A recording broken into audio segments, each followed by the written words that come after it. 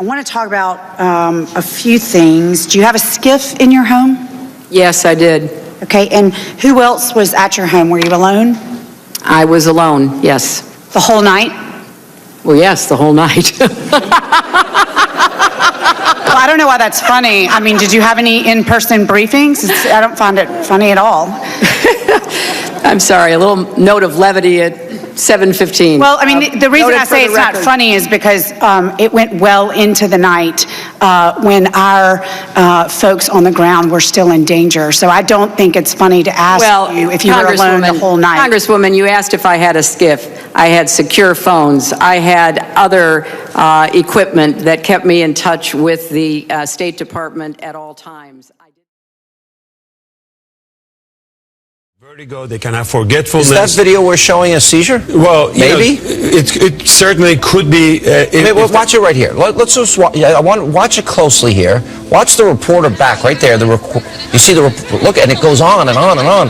That is, to me, bizarre. There's certainly some neurologic issue going on depending on when this tape was taken, but 30% of the patients that have some sort of the post-traumatic injuries, they can have cognitive issues, forgetfulness. Sometimes they can forget words. The brain freezes. So I can show, just to be clear on, I talked to a top epileptologist today, a seizure specialist, one of the top in the country, that does not think that's a seizure. So I want to be clear. We need the records to be able to make those determinations.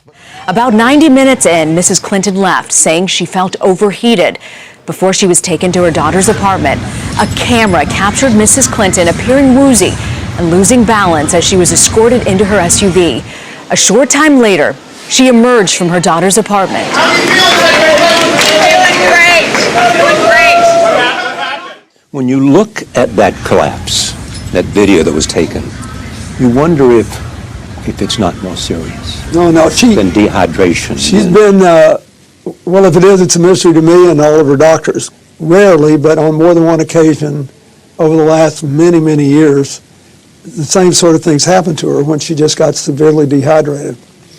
And she's worked like a demon, as you know, as Secretary of State and as a senator, and in the years since. It's chaotic, but law enforcement's trying to make sense out of it. They're trying to obviously not let something happen again in the next 10 minutes, the next hour. This is an NBC News special report. Here's Lester Holt. Good day from New York. Some concerns raised this morning about the well-being of Hillary Clinton, Democratic candidate for president, after she left the 9/11 memorial service at Ground Zero earlier than expected. Her campaign telling us that it may have been related to the heat and that she is okay. And of course, the late night comics are weighing in. You know what? Everyone, especially reporters, have a right to be angry. You know, as does everybody else who Hillary kissed and touched this weekend. Yeah, look at her, handing out pneumonia like it's a free sample at Costco. Would you like some pneumonia? Trump has refused to attack her while she's sick, and he even said that he hopes she feels better. At which point people started asking Trump if he was feeling okay. Maybe you should lie down, Mr. Trump. Her campaign telling us that it may have been related to the heat and that she is okay. But what I see in this video is someone who is unsteady and wobbly, but conscious on a hot and humid day in New York City like today. Elise Finch is here now with your exclusive CBS 2 forecast. And Elise, a lot of people are looking at today as a little bit of relief after yesterday. Yeah, for sure. It's relief from the heat and humidity. The temperatures were down, but so were the dew points. So we had cooler temperatures, lower humidity, and generally speaking, a nicer day to be outside. And here are the basic facts. She had 2 episodes of what's called deep venous thrombosis. Common problem, blood clots in the leg. She also has hypothyroidism. And she's being treated for hypothyroidism with something called armor thyroid, which is very unconventional and something that we used to use back in the 60s. And both he and I went, that's weird. And by the way, wow, armor thyroid sometimes has some weird side effects. Oh, well, okay. So she goes on Coumadin. That's weird because Coumadin really isn't even used anymore. Now we use Eliquis or Xarelto, things like this. Certainly the presidential candidate would get one of the newer anticoagulants. Then she falls, hits her head, and as a complication of that has something called a transverse sinus thrombosis. This is an exceedingly rare clot. I've only seen one of these in my career, which is a clot in the collecting system for the cerebral spinal fluid. and it essentially guarantees that somebody has something wrong with their coagulation system. Well, she's had 2 clots, a transverse sinus thrombosis. What's wrong with her coagulation system? Has that been evaluated? And oh, by the way, armor thyroid associated rarely with hypercoagulability. So the very medicine the doctors are using may be causing this problem, and they're using an old-fashioned medicine to treat it. What is going on with her health care? It's bizarre. I got to tell you, look, maybe they have reasons, but at a distance, it looks bizarre. And she would continuously berate people, as I mentioned before, but she was like 2 different people. Again, she would be polite and nice to everybody when the cameras were on, and then when they were off, she was just cold, distant. Seconds later. Just almost instantly. I mean, that's what I've experienced quite a few times. And I also think we'd be a lot better off if we actually talked to each other instead of yelling at each other. I'm so sick. I am so sick of the standard campaign lying about me. She does seem angry a lot. Right. And you're saying behind closed doors when nobody's looking, she's that angry person always. Or mostly. Or distant, cold. What I've been looking at there, Sean, doesn't concern me too much. That's her being a politician. The kind of anger I'm talking about is where she just almost can't even complete a sentence. She starts yelling, screaming, cussing. I talked in the book how she... By the way, berates mistreating people in their positions. Sure. All the time. Yes, the uniformed division officers, agents. So this is like you're describing a phony, fake, fraudulent human being. Absolutely. All right, let me give you an example. This is Hillary, saying she remembers landing under sniper fire when she went to Bosnia. This is what she said. I remember landing under sniper fire. There was supposed to be some kind of a greeting ceremony at the airport, but instead we just ran with our heads down to get into the vehicles to get to our base. Great image making, but here's the problem. We have the real video, and this is it. This is Hillary arriving not under sniper fire, but she walks up to a group of young girls who give her flowers and give her gifts. That's not exactly sniper fire. So is that the person you're trying to warn America about? Yes.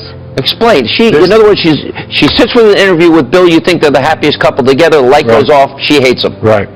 I don't know if she hates him or not, but I will tell you that the example you just showed there is a perfect example of anybody that worked around them in the Secret Service. When they saw that, they knew they started laughing their faces off because they knew that was a flat-out lie. Secretary Clinton said there was nothing marked classified on her emails, either sent or received. Was that true?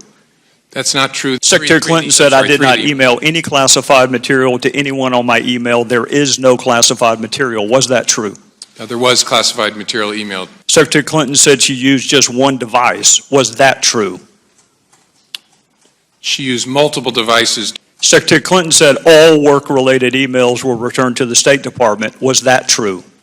No, we found work-related emails, thousands. Did her lawyers read the email content individually?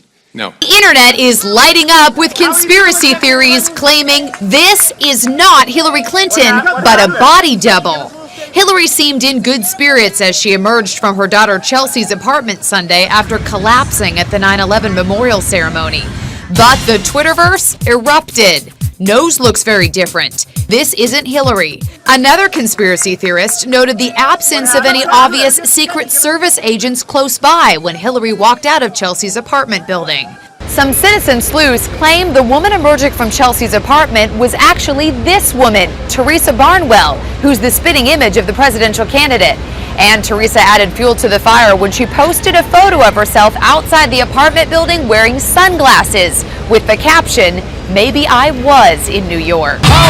Teresa Barnwell even has an ironclad alibi. She was impersonating Hillary all right, but 3,000 miles away in LA.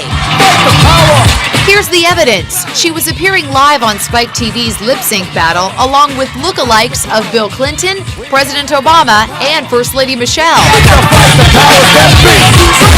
Why did you post that tweet? Just to kind of mess with people because of this rumor that had started that some kind of body double had come out of the apartment instead of the real Hillary. She's worked like a demon, as you know, as Secretary of State and as a senator and in the years since. Now, one of the things that I have learned about Hillary Clinton is that one of her heroes, her mentors, was Saul Alinsky. And her senior thesis was about Saul Alinsky.